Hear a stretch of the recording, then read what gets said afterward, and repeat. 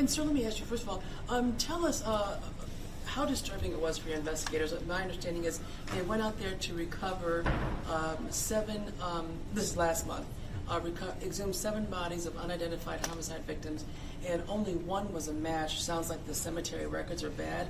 What was it like when you didn't find the 6 others that you thought were out there? Obviously, for my members at Homicide, extremely concerning. That's why we conducted a secondary search warrant yesterday to try to obtain, records to see if we can assist us in identifying those remaining 6 remains that we weren't able to identify on June 19th. How were these bodies buried? Were they in one plot or 7 total different plots? I don't want to get into the description of how they were buried, but at the conclusion, we weren't able to identify 6 of the 7. What happens now? We contacted Laura, which is a regulatory agency out of the state. So they're working in conjunction with our members. We conducted our search warrant yesterday. We have to go through records and see if we can try to identify the location of the 6 remains.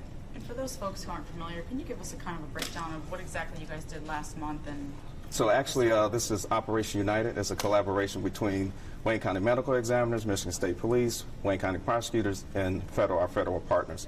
It actually started in May at Knollwood Cemetery in Canton. We exhumed 7 bodies. We were able to identify all 7. So that was a success. So we went to the second stage, which is the United Memorial in Plymouth, Michigan. So the goal of the operation is to extract DNA with the purpose of helping us identify victims of homicide. And talk about the cemetery. Have they been cooperative throughout this process, or because if you had to go with a search warrant yesterday, was that just legally? Or well, legally, yeah. Even at the first location, we were equipped with search warrants to go in. Are they cooperating? We have the search warrant. I mean, they marked the 7 grave sites ahead of time as we asked. So at this point, they're cooperating. Do they have any explanation for why the bodies of the unidentified were not where they were supposed to be? There's no explanation. That's why we had to do a search warrant for the records to try to identify the reason ourselves.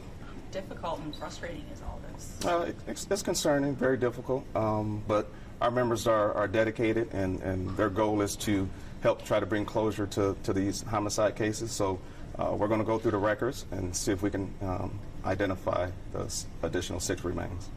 And why those 7? Was it because you had, you guys know, like one is like a female believed to be in her 30s, and you have a family that's missing a female in her 30s? Well, or how did you? Well, just based on just working with the Wayne County Medical Examiners, we were able to cross-reference any case that we had where we didn't have an identified victim, and they told us where the burial site was at. So 7 of them were identified to be at United Memorial. And do you put them in the system, some database, whatever, where there's already a lot of people have already given their DNA to find their loved ones? That's correct, whether it's through a federal system, CODIS, or another system called NamUs. And that's how the ones from Knollwood were identified? Yes. Are you able to tell us any more about these 7? No, not at this time. Just other than the fact that these span decades, as far as these homicide victims, we're not talking about recent cases. We're talking about cases that were 10, 20 years old. So they're just open cases where we need to, it's essential that we identify who the victim is so we can move forward. What do you say to those families who don't have the closure they've been searching for decades? We have a dedicated staff of men and women, and our goal on each and every one of these cases is to identify the victim and bring this case to closure. We're talking about adults, children, the ones you were looking for. Are they adults, children, and what does the range of, are they gunshot victims or? Yeah, I think the majority of them were gunshot victims, but the ages range, most of them were adults. What happens now? You guys look through the records. How many of you, there were 7 that you were going for. Can you say, does at least DPD, do you guys have any other unidentified homicide victims at that cemetery that you're concerned about now? It could be that way, but I know we identified 7. We had 7 at the one previous at Knollwood, and right now we have 7 at this cemetery. But no one's at that particular cemetery? No, not at this time. And you said decades. I mean, how old are we talking? I think the latest case could have been maybe 30 years old, 20 to 30 years old.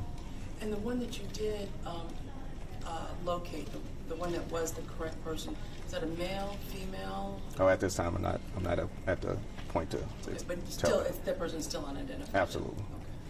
Okay. So with that one, we were able to understand that based on the description of the victim that was a correct person.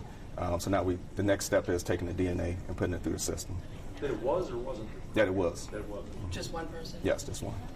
For the people that, and even myself, that don't understand how this happens, how do you know if it's a Jane Doe or a John Doe? How do you know that it's the right or the wrong person that you're looking for? We had scientists from the FBI that was out there with us, and anthropologists, and we utilized their expertise to assist us in confirming the identities. And they can tell you, like, okay, if you're looking for, on your end, you're looking for a male approximately 20 years old, and they can tell you That's correct. That's not, and that's how you guys figured out their 6 were wrong. That's correct. And so forgive me, the crime in this is that they were buried unidentified, and what happened? The crime that we're dealing with is homicide. How they're buried is just a separate issue. Could anyone at the cemetery face possible charges? Depending on after Laura goes through their investigation, it could be possible. It could range from administrative sanctions to a criminal charge. Is there another phase? This was phase 2 for Operation United. Is there a phase 3 where you guys go into another cemetery for No, there's no other cemeteries, but we do plan on going back to that cemetery once we're able to hopefully identify the location of the 6 remaining remains. And what kind of prompted this? We have a very dedicated staff, our inactive case squad, one of our sergeants, Sergeant Shannon Jones. She has a strong passion to bringing cases to closure. So her, along with the leadership of the Detroit Police Department, under the leadership of Chief Craig, this is one of our initiatives, our inactive case squad. So just one of their many tasks and responsibilities. To find the 6 now, where do you go to? Do you look for their records and see, do you think they're still buried there at United? The belief is that they're buried there, so along with Laura, our goal is to see if we can kind of pinpoint it, then go back out and flag 6 more sites and hopefully confirm the identities of who we're looking for. How worried should people be that, that have people buried there, that the bodies of their loved ones are buried there? Because while you're still looking for your 6, do we even know who these other 6 people are?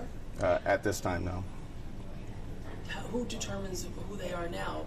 Is that on the cemetery, or? I mean, it'll be a combination between the cemetery, Laura, and the Wayne County Medical Examiners, and we'll assist us as needed. Are those bodies still under the ground, or they were put back in the That I can't say. This is Do a we county know if burial, they're- that's how they all wound up in this? Yes. Do we know if their deaths were connected to a crime, or? Not at this time. There's no indication that those deaths were related to any type of crime. So those could be natural? Those could be There's no natural. crime in second. No, not at this time.